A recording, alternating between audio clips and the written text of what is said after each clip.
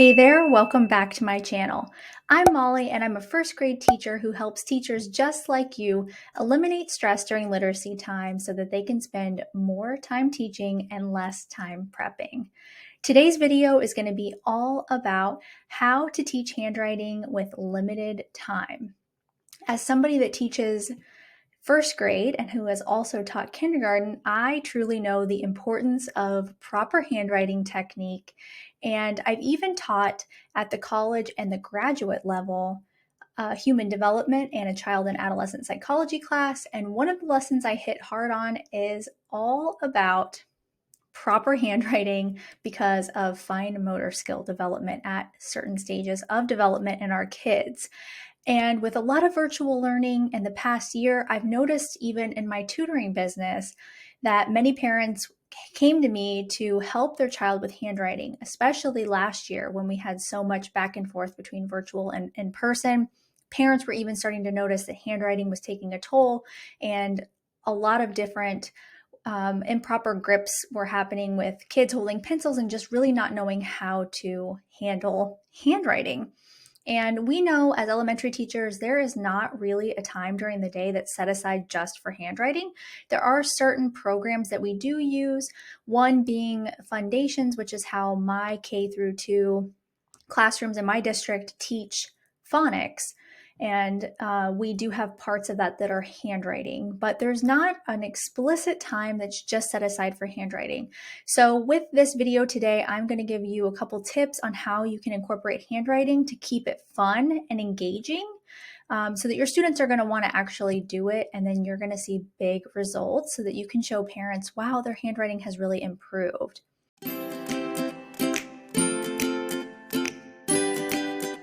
There might be a school of thought that handwriting is not important, but I'm here to tell you that handwriting is very important, and we have to develop those fine motor skills with the two fingers that do most of the work with handwriting, and that is your thumb and your pointer finger.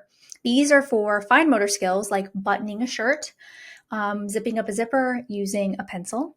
And then the other three are for gross motor skills, and think about throwing a baseball, dribbling a basketball. So we really want kids to have proper handwriting with these two fingers, because if they start incorporating all the other fingers, it starts to create a problem. Their hands get tired a lot quicker. They hate writing time, not even handwriting practice time, but just writing time. So it's important to make it fun and, not just a chore for them. So my first tip for you to do handwriting, even when you feel like you don't have time, during your literacy block.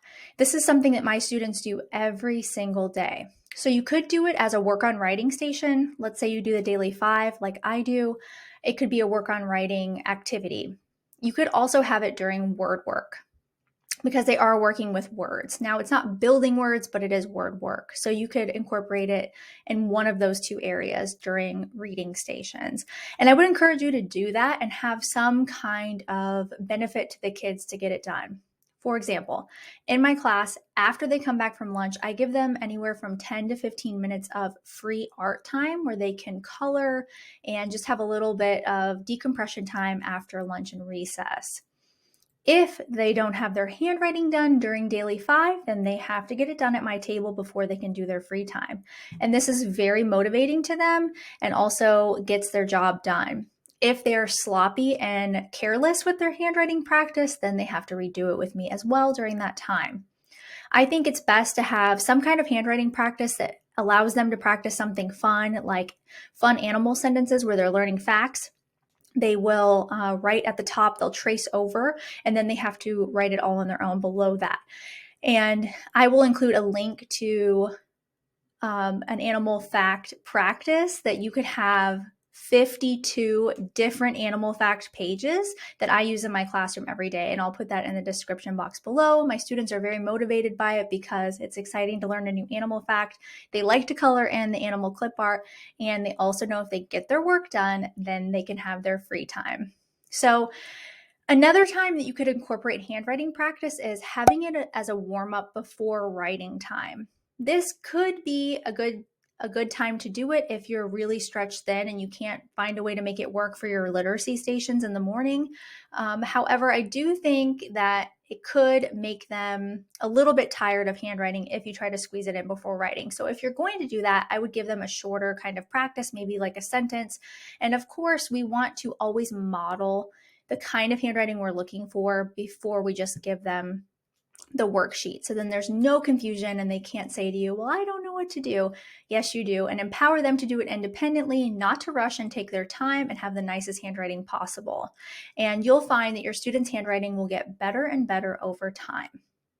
I hope this empowers you and helps you think of ways that you can incorporate handwriting practice into your own classroom on a daily basis. It's so important in those early years, kindergarten, first, and second grade, to get proper handwriting down, because when kids go off to middle school and high school, they're going to have to take notes. And yes, they're always going to have some kind of iPad or computer, but at the end of the day, we really want to have those skills that they don't always have to have a device with them, and proper note taking and beautiful penmanship is just another part of turning into a mature older kid.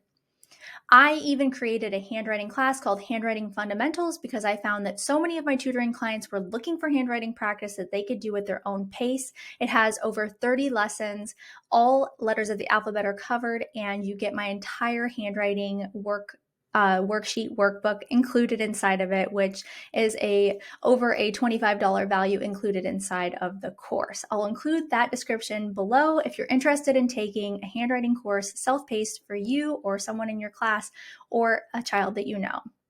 I hope you like this video. Give it a thumbs up and tell me in the comments below what you're going to do to help practice handwriting for your students inside your classroom.